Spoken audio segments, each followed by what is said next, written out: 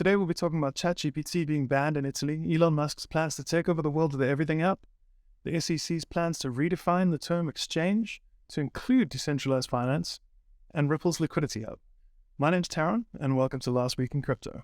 It's a jam-packed lineup, so let's just get straight into it. Italy made a bold move by banning ChatGPT, the AI chatbot from OpenAI, and it's a big deal since they're the first Western country to do so.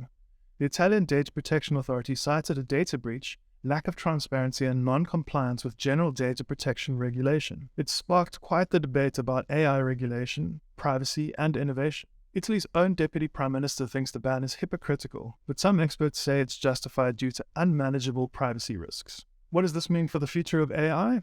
Well, the ban sets a precedent other countries might follow and could have a grossly negative impact on global AI companies. The way I see it, on the one hand, this ban could be seen as a necessary measure to ensure user privacy and data protection. The Italian Data Protection Authority's concerns about the data breach, lack of transparency, and GDPR non-compliance are indicating that OpenAI has not met the required standards to protect users' personal information.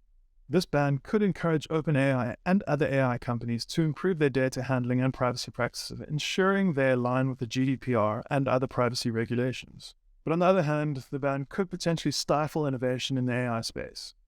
Critics argue that the decision is disproportionate and creates an unfavorable environment for AI development in Italy, which almost echoes what's currently happening in the crypto space in the United States. Regulators are attacking a technology without considering the impacts of their actions on the future of the technology.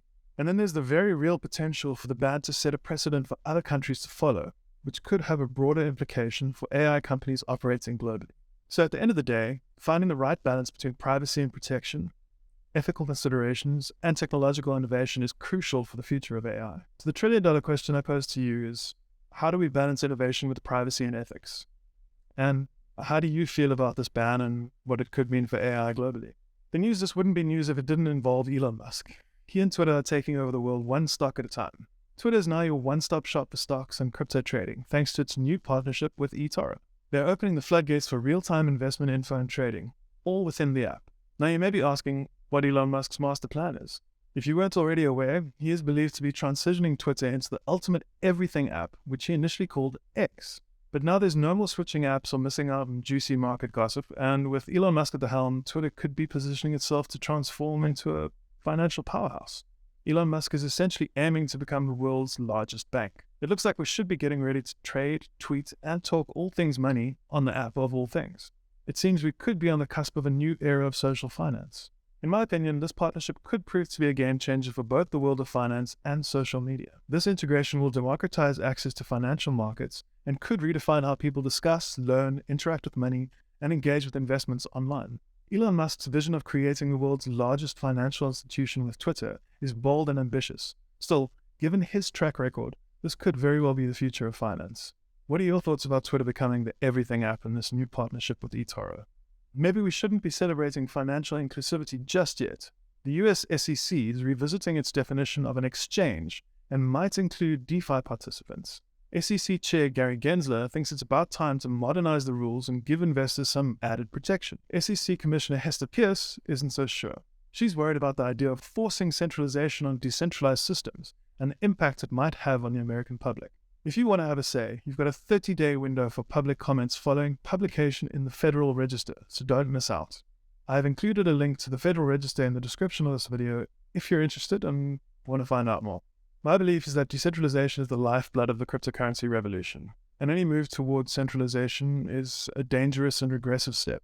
Centralization not only stifles innovation, but also concentrates power in the hands of a few entities, undermining the ethos of blockchain technology. In redefining the term exchange to include DeFi platforms, the SEC may inadvertently encourage centralization and stifle the growth of a thriving, innovative sector. DeFi's decentralized nature is its greatest strength, allowing for greater financial inclusivity and democratizing the financial system. Forcing centralization on DeFi platforms not only jeopardizes their core values, but also risks stifling the very innovation that has led to the flourishing of this space.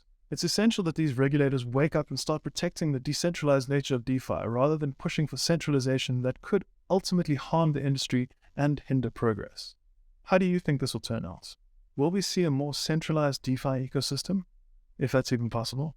Talking about the SEC, their opponents in a high-profile court case, Ripple Labs, have launched their Liquidity Hub, which is somewhat of a game changer. It bridges the gap between crypto and fiat for businesses, all while keeping it separate from the famous on-demand liquidity service. It aims to provide a seamless and efficient way to source liquidity from various digital assets and fiat currencies, while optimizing pricing and liquidity across asset pairings. Companies can now dive into deep liquidity pools from US dollars to Bitcoin and Ether and more, with no need to pre-finance positions. And market fluctuations present no problem, as the hub locks in optimum prices for digital assets. On the one hand, the Liquidity Hub's ability to eliminate the need for pre-financing positions and protecting companies from market fluctuations can be viewed as a significant advantage, as it could reduce operational costs for high-volume transactions and streamline the process for businesses. And being separate from Ripple's on-demand liquidity service indicates that the company is working towards diversifying its product offerings. But on the other hand, it is important to consider that Ripple's own token XRP was not mentioned in the product launch. While this may be due to the ongoing legal issues with the US Securities and Exchange Commission, the absence of XRP raises questions about its role in the new service. Its success ultimately will depend on various factors, including the outcome of the legal dispute with the SEC, market adoption, the current regulatory environment, and general market sentiment. What are your thoughts about Ripple's new Liquidity Hub, and how do you think the case against the SEC will turn out? Today we've covered some fascinating topics, from AI bans to Ripple's Liquidity Hub, Elon Musk taking over the world, and the SEC's stance on DeFi. It's clear that the world of crypto is evolving rapidly, and there's a lot to discuss. If you want to stay updated on these developments, join the conversation. Make sure to hit that subscribe button and turn on notifications. Don't forget to like this video and share your thoughts in the comments. I'm always keen to hear what you have to say. This has been Last Week in Crypto. Thank you for joining me, and I'll see you in the next one.